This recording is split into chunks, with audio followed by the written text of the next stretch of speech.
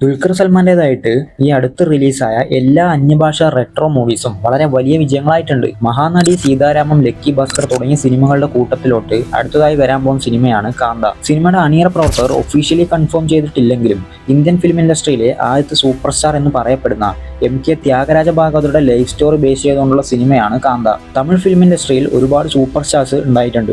MGR, Sivaji Ganesan, Rajinikanth, Kamal Haasan, Vijay, Ajith തുടങ്ങിയ ഒരുപാട് പേരെ പറയാൻ സാധിക്കും. എന്നാൽ ഇവരെക്കാളൊക്കെ മുൻപ് വളരെ വലിയ സ്റ്റാർഡം ഉണ്ടാക്കിയെടുത്ത സൂപ്പർ സ്റ്റാർ ആയിരുന്നു MK ത്യാഗരാജ ഭാഗവതർ. പക്ഷേ 1944 ലക്ഷ്മികാന്തൻ മർഡർ കേസ് അദ്ദേഹത്തിന്റെ കരിയർ മാത്രമല്ല ജീവിതം തന്നെ മാറ്റിമറിച്ചു. കരിയറിന് ഉച്ചഘട്ടത്തിൽ നിന്നും ഏറ്റവും വലിയ ഡൗൺഫാളിലോട്ട് കൂട്ടുകുത്തി.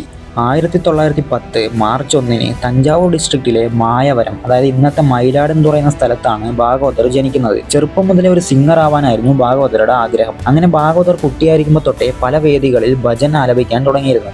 രസികരഞ്ജന സഭ എന്ന ഒരു നാടക ട്രൂപ്പിന്റെ ഫൗണ്ടറായ FJ നടേശ അയ്യർ എന്ന വ്യക്തി ഭാഗവതരുടെ ടാലന്റ് കണ്ട് ഇംപ്രസ്ഡ് ആയിട്ട് ഹരിചന്ദ്ര എന്ന ഒരു നാടകത്തിലെ ലോഹിതദാസ എന്ന റോൾ ഓഫർ ചെയ്യുന്നു. ആ സമയത്ത് ഭാഗവതർക്ക് വെറും 10 വയസ്സ് മാത്രമേ ഉണ്ടായിരുന്നുള്ളൂ. അങ്ങനെ അദ്ദേഹം പല തിയേറ്റർ വെറ്ററൻസിന്റെ കൂടെ ട്രെയിനിങ് എടുത്തു. പക്ഷെ ഭാഗവതർ അഭിനയത്തെക്കാൾ കൂടുതൽ സിംഗിങ്ങിലായിരുന്നു ശ്രദ്ധ കൊടുത്തിരുന്നത്. 1934 ബിസിനസ്മാൻമാരായ ലക്ഷ്മണ ചെട്ടിയാരും അളകപ്പ ചെട്ടിയാരും ഡയറക്ടറായ K. സുബ്രഹ്മണ്യവും ചേർന്ന് ഹിന്ദു മിത്തോളജി ബേസ് ചെയ്ത പവളക്കൊടി എന്ന് പറയുന്ന ഒരു പ്ലേ കാണാനിടയായി. ഇതിൽ അർജുനനായി വേഷമിട്ട ഭാഗവതരുടെ പെർഫോമൻസ് കണ്ട് ഇംപ്രസ്ഡ് ആയിട്ട് ആ സെയിം സ്റ്റോറി വെച്ചൊരു സിനിമ ചെയ്യാൻ പ്ലാൻ ചെയ്യുന്നു. അങ്ങനെ ചെട്ടിയാർ പ്രൊഡ്യൂസ് ചെയ്ത് K. സുബ്രഹ്മണ്യൻ ഡയറക്ട് ചെയ്ത് ഭാഗവതർ ലീഡ് റോൾ ചെയ്ത പവളക്കൊടി വലിയ സക്സസ് ആവുന്നു. MK ത്യാഗരാജ ഭാഗവതർ തമിഴ് സിനിമയിൽ നായകനായിട്ട് അരങ്ങേറുകയും ചെയ്യുന്നു. ഭാഗവതരുടെ രണ്ടാമത്തെ സിനിമയായ നവീന സാരംഗധാര 1935 പുറത്തിറങ്ങി. അതും K. സുബ്രഹ്മണ്യൻ തന്നെയാണ് ഡയറക്ട് ചെയ്തത്.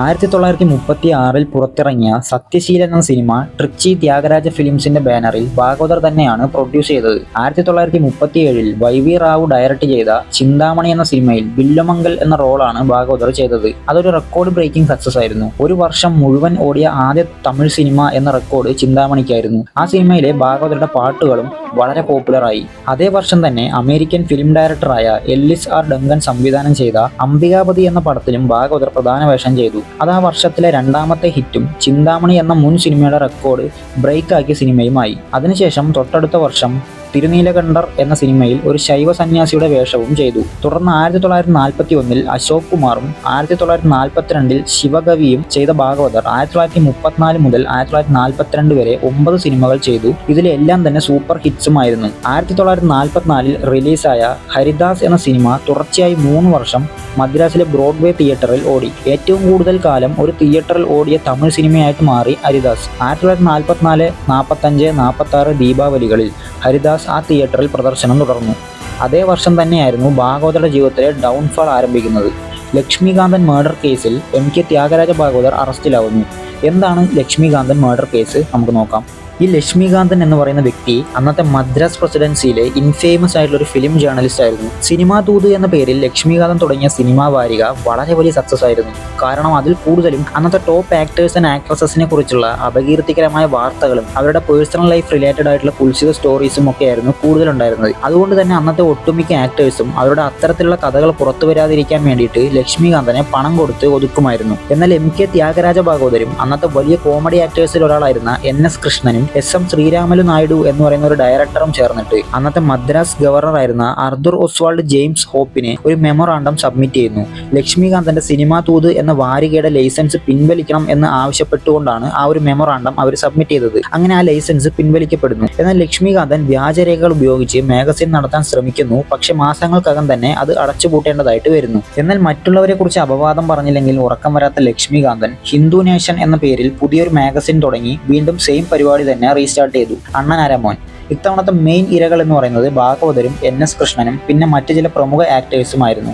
അങ്ങനെ ഇരിക്കെ 1944 നവംബർ 8 ലക്ഷ്മികാന്തൻ തന്റെ സുഹൃത്തും വക്കീലുമായ J. നർഗുണത്തിനെ കണ്ടതിന് ശേഷം തന്റെ റെസിഡൻസിലേക്ക് മടങ്ങി പോകുമ്പോൾ വേപ്പാരിയിലുള്ള ജനറൽ കോളിൻസ് റോഡിൽ വെച്ച് ഒരു ഗ്രൂപ്പ് ഓഫ് ആളുകളാൽ അറ്റാക്ക് ചെയ്യപ്പെടുന്നു.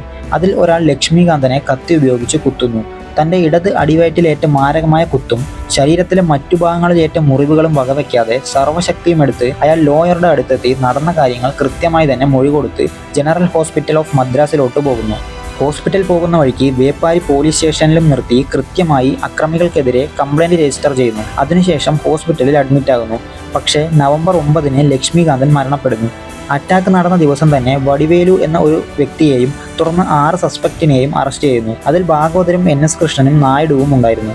ഇതിൽ നായിഡുവിനെ കുറ്റവിമുക്തനാക്കുകയും ഭാഗവതരെയും NSKയെയും ശിക്ഷിക്കുകയും ചെയ്യുന്നു. അങ്ങനെ അവർ ജുഡീഷ്യൽ കമ്മിറ്റി ഓഫ് പ്രിവ്യൂ കൗൺസിലിൽ അപ്പീൽ ചെയ്യുന്നു.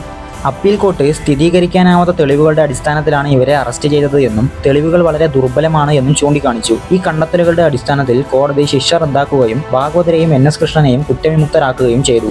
30 മാസം ജയിലിൽ കഴിഞ്ഞതിന് ശേഷം 1947 ഏപ്രിലിൽ അവരെ വിട്ടയച്ചു. ഈ ഒരു കാലയളവ് ഭാഗവതരുടെ സൂപ്പർ സ്റ്റാർഡത്തിന് വളരെ വലിയ ആഘാതമാണ് ഉണ്ടാക്കിയത്. തങ്ങൾ തിരശീലയിൽ കണ്ട് ആസ്വദിച്ച നായകനെ ജയിലിൽ നിന്നും കുറ്റവിമുക്തനാക്കിയിട്ടാണെങ്കിലും തിരിച്ചു വന്നപ്പോൾ അതേ കണ്ണിൽ കാണാൻ ആളുകൾക്ക് സാധിച്ചില്ല. ലക്ഷ്മികാന്തൻ കേസിന് മുൻപ് ഏതാണ്ട് 12 സിനിമകൾ സൈൻ ചെയ്തെങ്കിലും അവയിൽ പലതും ജയിലിൽ നിന്ന് ഇറങ്ങിയ ശേഷം ഭാഗവതർക്ക് നഷ്ടപ്പെട്ടു. എന്നാൽ സമാന അവസ്ഥയിലൂടെ കടന്നുപോയ NS കൃഷ്ണൻ പിന്നീട് സിനിമയിൽ സജീവമായിരുന്നു. അദ്ദേഹം ഒരു കൊമേഡിയൻ ആയതുകൊണ്ട് ലൈഫിലുണ്ടായ ഈ ഒരു ഇരുണ്ട അധ്യായത്തെ സിനിമയിൽ ഒരു ആക്ഷേപഹാസ്യ രൂപത്തിൽ സെൽഫ് ട്രോളായി യൂസ് ചെയ്തതും മറ്റും പ്രേക്ഷകർക്ക് ഇഷ്ടപ്പെട്ടു. എന്നാൽ ത്യാഗരാജ ഭാഗവതർ തന്റെ സ്വതസിദ്ധമായ ശൈലിയിൽ ചെയ്ത സിനിമകൾ പ്രേക്ഷകർ ഏറ്റെടുത്തില്ല. ജയിലിൽ നിന്നും ഇറങ്ങിയ ശേഷം രാജമുക്തി, അമരകവി, ശ്യാമള, പുതുവാഴ്വ്, ശിവകാമി തുടങ്ങിയ സിനിമകളാണ് ഭാഗവതർ ചെയ്തത്. ജീവിതത്തിന്റെ അവസാന സമയങ്ങളിൽ ഒരു സ്പിരിച്വൽ വഴിയിലൂടെയാണ് ഭാഗവതർ യാത്ര ചെയ്തത്. ക്ഷേത്രങ്ങളിലും ആരാധനാലയങ്ങളിലുമായി അവസാന നിമിഷങ്ങൾ ചെലവഴിച്ചു. ജീവിതത്തെ ഒരു ഫിലോസഫിക്കൽ കാഴ്ചപ്പാടിലൂടെ നോക്കിക്കാണാൻ തുടങ്ങി. സമ്പത്തിലും ജനപ്രീതിയിലും അദ്ദേഹത്തിന് തീരെ താല്പര്യം നഷ്ടപ്പെട്ടു. അങ്ങനെ 1959 നവംബർ 1 MK ത്യാഗരാജ ഭാഗവതർ മരണപ്പെട്ടു. കാന്ത സിനിമ നവംബർ 14 തിയേറ്ററുകളിൽ എത്തുന്നത്. സിനിമയുടേതായി പുറത്തിറങ്ങിയ ട്രീസറിലും ട്രെയിലറിലുമെല്ലാം ദുൽഖറിന്റെ എക്സ്ട്രാ ഓർഡിനറി പെർഫോമൻസിലെ ഗ്ലിംസസ് കാണാം. ദുൽഖറിന്റെ അടുത്ത ഒരു സൂപ്പർ ഹിറ്റ് ആവുമോ കാന്ത?